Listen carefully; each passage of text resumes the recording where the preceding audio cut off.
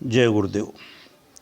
मैं आज स्त्रियों की मूलभूत समस्या यानी संतान उत्पत्ति के संबंध में इस प्रकरण को प्रस्तुत करने जा रहा हूँ। संतान उत्पत्ति में जो बाधक प्रक्रियाएं हैं वह 3 प्रकार की होती हैं। कोई स्त्री जन्म बंध्या होती है, यानी कि वह जन्म से ही उसकी प्रक्रिया ऐसी होती है कि वह संतानोत्पत्ति करने में असमर्थ होती है। दूसरी होती है काक बंध्या। ऐसी स्त्रियां जिनके मासिक धर्म और गर्भ तो रुकता है परंतु संतान उत्पत्ति में पूर्ण समर्थ नहीं होती हैं। कुछ स्त्रियां ऐसी होती हैं जिनके संतान उत्पत्ति के लिए गर्भ का स्थापन तो हो जाता है, लेकिन वह संतान जो गर्भ में है या तो गर्भ में ही समाप्त हो जाती है या फिर जन्म लेते ही वह समाप्त हो जाती है। इस प्रकार से 3 प्रकार की हुई: जन्मबंध्या, काकबंध्या और मृतबंध्या नारी। इस संबंध में डाबर तंत्र में महादेव जी ने पार्वती जी को जो विशिष्ट उपाय बताए थे, मैं उन उपायों का संस्कृत का जो उल्लेख है उसका ना उल्लेख करते हुए मैं हिंदी भाषा में आपके समक्ष प्रस्तुत कर रहा हूँ। यह जो प्रयोग हैं यह डाबर तंत्र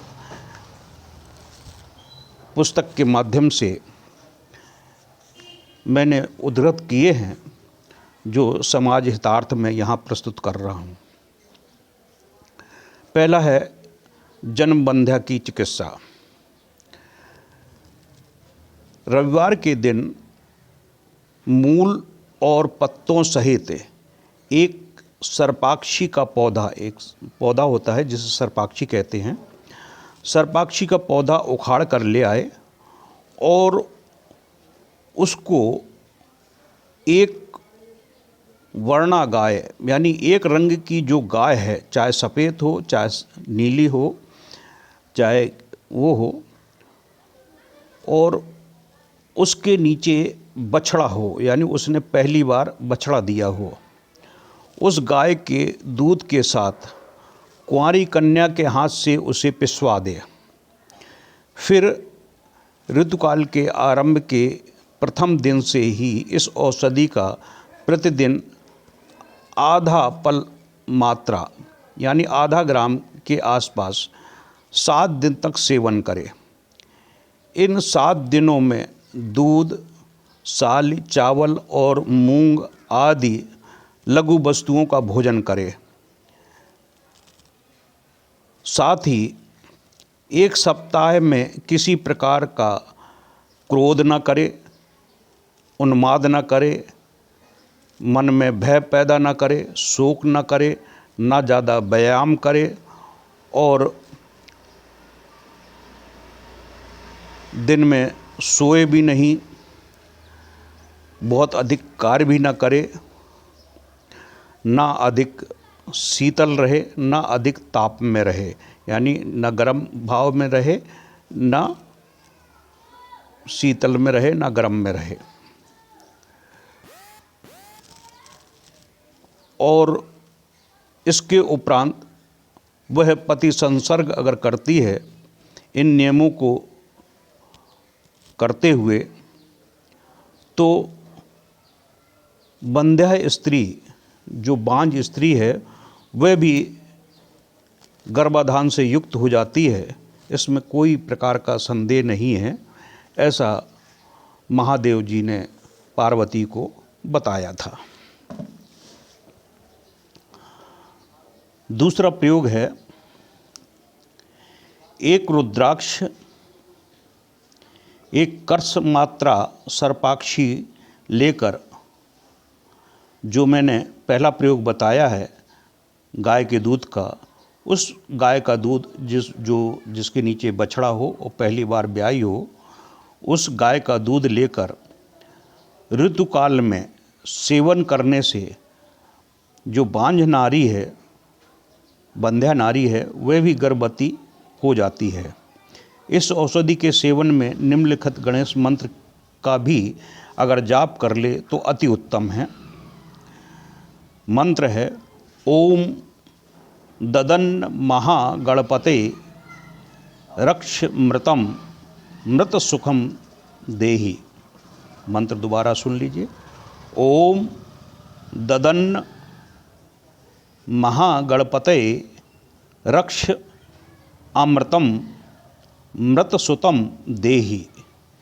यानी कि गर्भ में जो बच्चा एक्सपायर हो जाता है, मर जाता है, या जन्म लेने के उपरांत बच्चा मर जाता है, उसकी पूर्ण रक्षा सुरक्षा गणपति जी करें और वह पूर्ण चिरंजीवता को प्राप्त करे।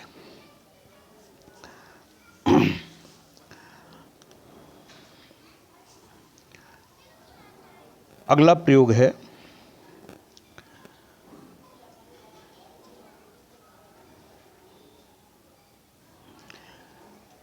अगर स्त्री को गर्भ धारण हो गया है तो वह गर्भिणी नारी दूध के साथ पलाश के पत्तों को पीसकर, यानी जो हमने ऊपर गाय बताई है उस प्रकार की गाय के दूध के साथ में बंध्या नारी अगर उसको पलाश के पत्तों को पीसकर उसका सेवन करती है तो सुंदर पुत्र की प्राप्ति होती है। परंतु इसके सेवन काल में पूर्वोक्त पथादि के नियमों का पालन करना अति आवश्यक है। जो मैंने पहले प्रयोग में जो उपाय बताए हैं, या बंधन कि क्रोध नहीं करना चाहिए, भय नहीं करना चाहिए, शोक नहीं करना चाहिए, ज़्यादा व्यायाम नहीं करना चाहिए, काफ़ी वजन नहीं उठाना चाहिए, उन सारे नियमों का अगर पालन करे तो उसे अति उत्तम पुत्र प्राप्त होती है। अगला प्रयोग है जो बहुत ही इम्पोर्टेंट है। पुष्य नक्षत्र के रविवार, यानी जिस दिन पुष्य नक्षत्र पड़े और रविवार का दिन हो, तो उस दिन देवयानी की जड़ को उखाड़ लावे और 4 मासा परिणाम में, यानी 4 मासे के बराबर उस जड़ को, जो उपरोक्त मैंने गाय का दूध बताया है, उस गाय के दूध में पीसकर सेवन कर ले तो जिसके जन्म से भी यह विदित है कि इसको संतानोत्पत्ति नहीं होगी, उसको संतानोत्पत्ति होती है।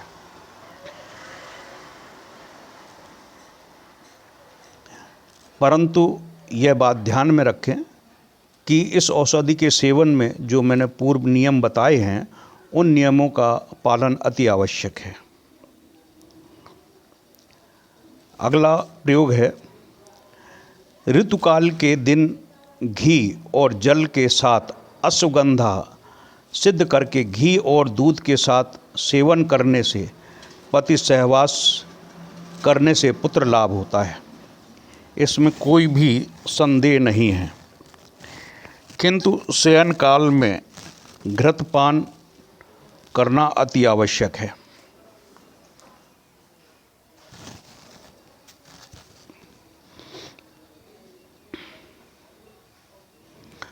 अगला प्रयोग है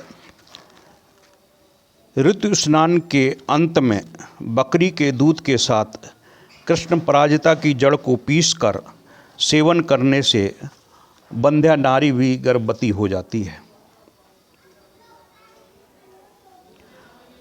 अगला प्रयोग है पिपली, नागकेशर, अदरक, सौंठ, गोल मिर्च और गाय के घी में पीसकर इसको सेवन करने से स्त्री को पुत्र लाभ होता है।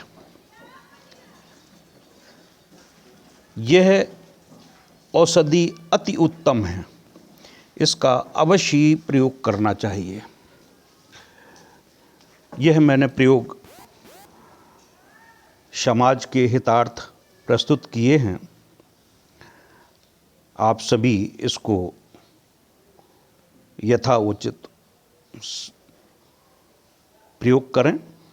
जो समझ में ना आवे तो मेरे से संपर्क करके उसका ज्ञान अर्जित कर सकते हैं, और इसको ज़्यादा से ज़्यादा शेयर करें, लाइक करें, जिससे कि और सब्सक्राइब करें, जिससे ज़्यादा से ज़्यादा जनता को इसका लाभ प्राप्त हो सके और अपने जीवन को सुख और मंगल में बन सकें और अपनी वंशावली को आगे बढ़ा सकें। इति श्री जय गुरुदेव।